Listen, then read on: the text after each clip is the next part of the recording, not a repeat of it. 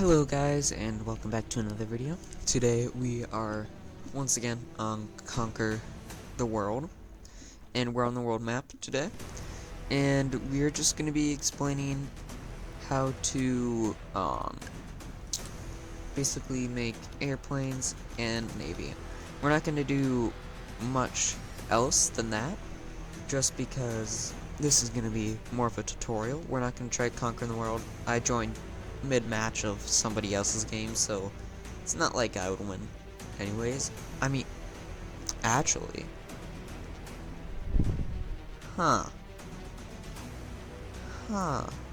maybe, just maybe I get a naval ship. Okay, I'm thinking way too ahead. Anyways, so we're playing here as Portugal. We actually do have quite a bit of land. We have here and here. I was gonna tell you what they were, but they're not popping on my head right now. And I'm pretty sure we have no. Dang. So we just have 19 factories. Alright. We're gonna lower our production on equipment because we're praying to God we do not get into a war. But if so, we are going to raise our stuff. I hate how Italy is like the same color as us. I can't tell who's who. But we're going to up factories everywhere real quick. And just get money. That's basically all we can do. So, I'm just going to kind of chill here until we make a lot of money upgrading factories, and as soon as I can actually start talking about the Air Force or Navy, I will come back. So talk to you guys in a little bit.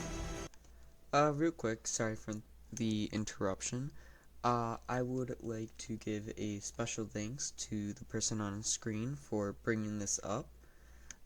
It actually did not come to my attention that some people don't know how to make airplanes and naval ports.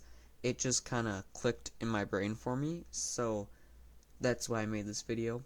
I forgot to say a thanks while recording, so thank you once again. Alrighty guys, we are back, and we may or may not have conquered South America,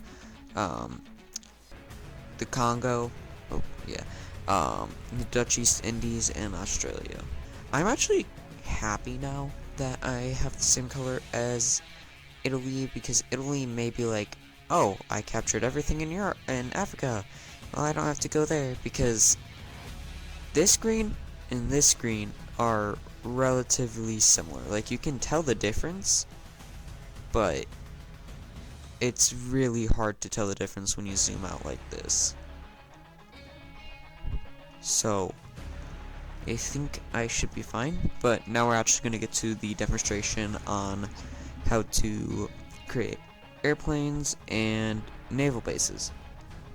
Once stuff is built, you can tell, so here is transport ship number 1 and destroyer 1. So to basically what all this does is destroyer, I don't remember at the top of my head. Destroyer is good against subs but bad against battleships. Battleships are good against destroyers but bad against submarines, and submarines are good against battleships but bad against destroyers. I really wouldn't be too picky about what you pick for naval, because there's really not much naval battles that go on. I would just say it's good to have a few destroyer 1s in your fleet, but other than that, you don't really need any of the other stuff. But continuing on, so this is what each thing does. So to fill up a transport ship, this button that says load division, you click that, and now the division that was on Java is now on that ship. Now if I click unload, it is now back on Java. Another thing you can do is when it is loaded, you can place it on a place that doesn't have a city, and your ship will stay there, but it will place the troop here, which we'll see in just a moment. Yeah, so it just places it there, and then the ship just stays where it is. Now that's pretty much everything with naval. It is very, like, I would say boring almost. Only real thing you need from transport, or I mean from naval, is the transport ships. But once again, I do suggest getting a destroyer or two just to protect them in case if they do get into a conflict, because even during a naval war you can move your ship away. So I would keep those 2 destroyers so you can use them to move your boats away in case if something were to happen. Now, moving on to planes, you can go, you can either look for airfields by looking at your cities and finding any airplane symbol, or you can go to the bottom right where it says Air Force. Here you can see all of the airfields you do have, and I have only a few.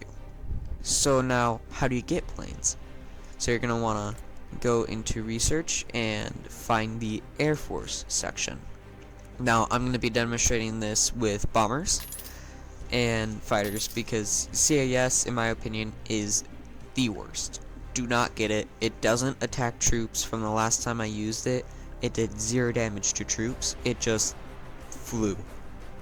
It sucked. Let's just say that. So, yeah.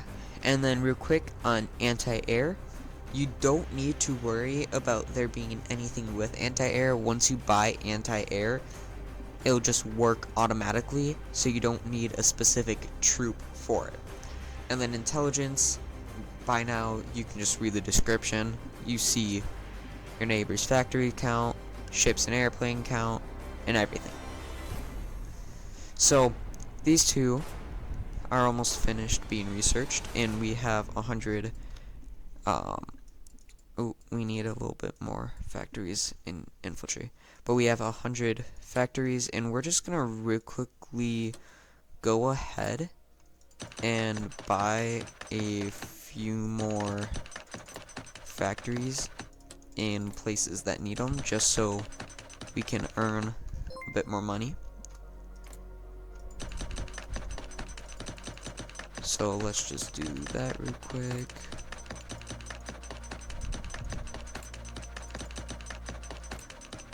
Alright, that should be enough. We bought 25. So now we are making a total of $4,900 profit. Now if you go to Air Force, you'll see, oh, I have bombers and fighters, but where are they? Why isn't it making them? Well, that's because, once again, with both tanks and infantry, you have stuff called equipment, and you need equipment in order to keep your troops fighting and to heal. This is the same thing with the tank chassis, and I'm pretty sure the same with the anti-tank. I'm not too sure on if they do have a production section normally, because I do not get anti-tanks. But anyways, continuing on, here in production you can see we have bombers and we have fighters. So now we're just gonna want to get these, so they produce about 1 a day. There we go. And if we go back to our Air Force in the bottom right, we can see that we are now making planes in Kivu. Now we're just gonna real quickly do a demonstration on how to launch them. We're not gonna wait for all of these to be filled up. So now, say I want to release all my bombers and all of my fighters. So I use this little scale thingy, I don't know what it's called, raise it all the way up to the top, or say I want a specific amount, like I want 8 and I want 8. I select that. We're just gonna do maximum because it just won't matter. Next, we're gonna click deploy section, and there should be. Where even is Kivu, bro? We have to find it first, real quick. Is it like up here? No. Oh. Well, I was afraid this was gonna happen again. So, sorry about this. My internet's been really bad recently. This actually is my third take on doing the video because my internet is just not working today. But we'll just continue on. Once you click the map to deploy, there'll be this red circle, and that's where you can deploy your planes from. Now, anywhere in that red circle, you can move your mouse or click if you're on a phone or tablet, and your planes, and it'll pop up, and then there will be a button on the bottom that says deploy. Once you deploy those, planes will arrive there, and if you're at war with the country, if you have bombers, it'll start weakening their defenses and factories, and if you have fighters, it'll be shooting at their other planes if the enemy put planes on the same tile as you to prevent attacks. Then, if you want to retreat on the map again, there will be a button that says retreat. I'm sorry I can't physically show you this, but there's nothing I can really do about it. But I hope you guys all enjoy, and I'll be seeing you guys next time. Bye bye. And thank you to Horia for bringing this to my attention. This video would not have been made if it was not for Horia1234. Thank you once again.